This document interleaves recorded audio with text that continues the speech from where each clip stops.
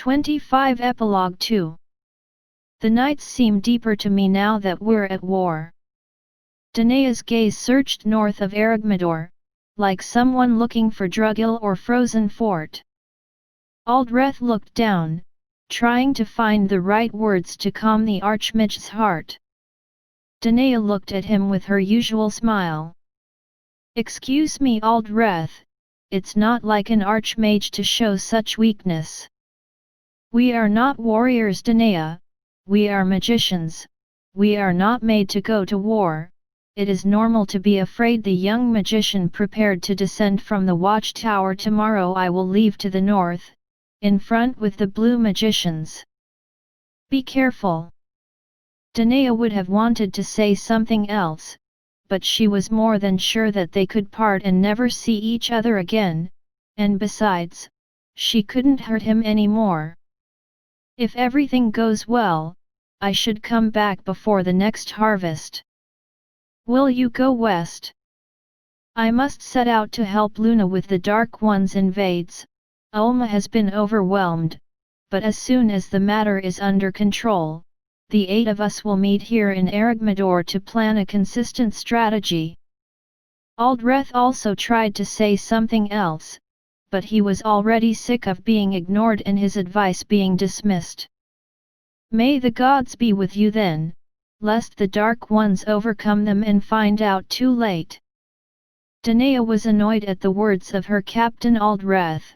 "You must accept that I was chosen as Archmage and that this choice is the product of the previous Archmage's wisdom, there is no mistake in it." Aldereth took a few steps back. "I'm not against it, I'm just not in favor of the appointment, but I'm not going to give up.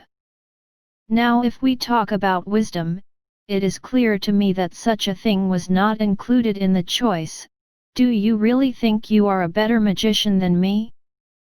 Danae was prettified. It was the first time that Aldereth spoke to him in that way. It was as if someone else had spoken, not the one he had practically grown up with. A nervous laugh appeared on his face. "You say that because you are jealous and also because I rejected you. I'm sorry to tell you, but we must work together whether you want it or not.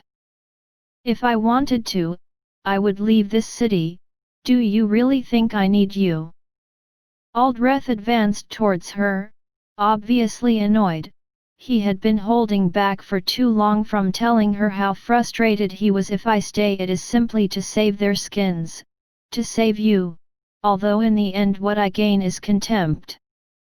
I know that in the end you will regret it." The silver-haired wizard took off his white robe and threw it on the ground. "I will go north to help, but I will do it myself.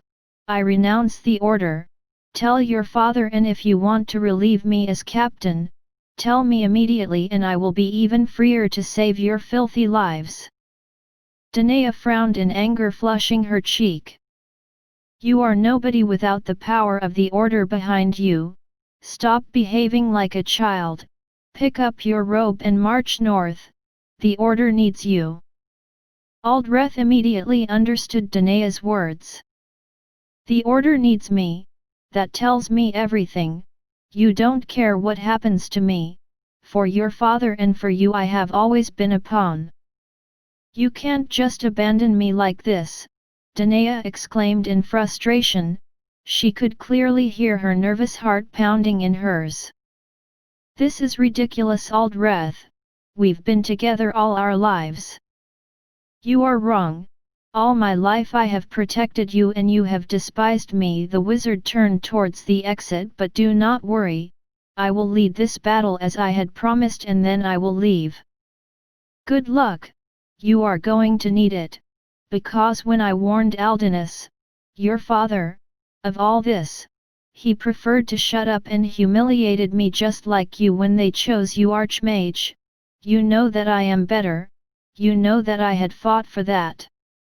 Danae suddenly felt anger rise to her lips.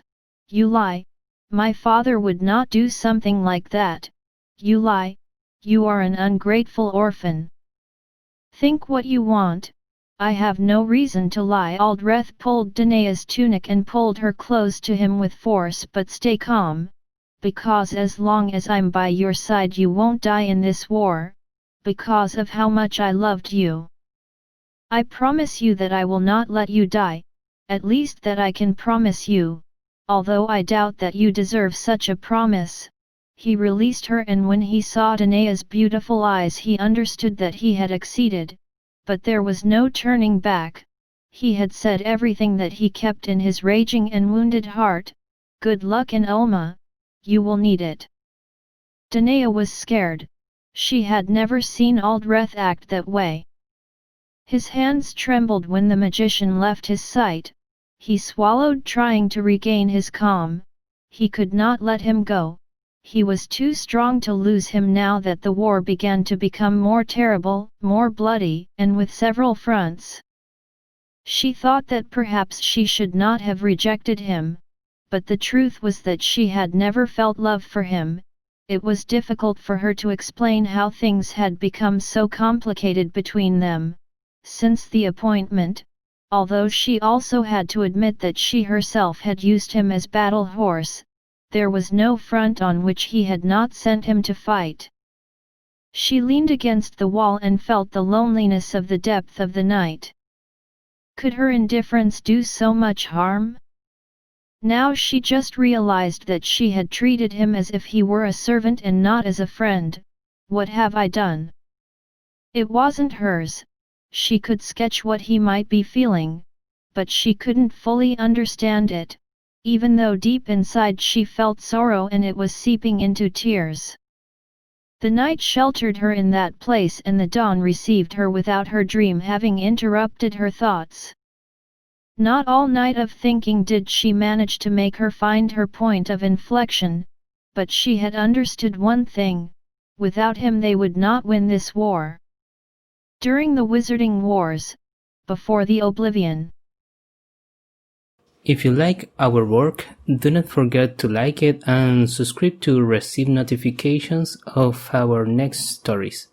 If you want to support our editorial project, you can follow us on Patreon, where you will find our project in more details, or support directly through Flow in the description links.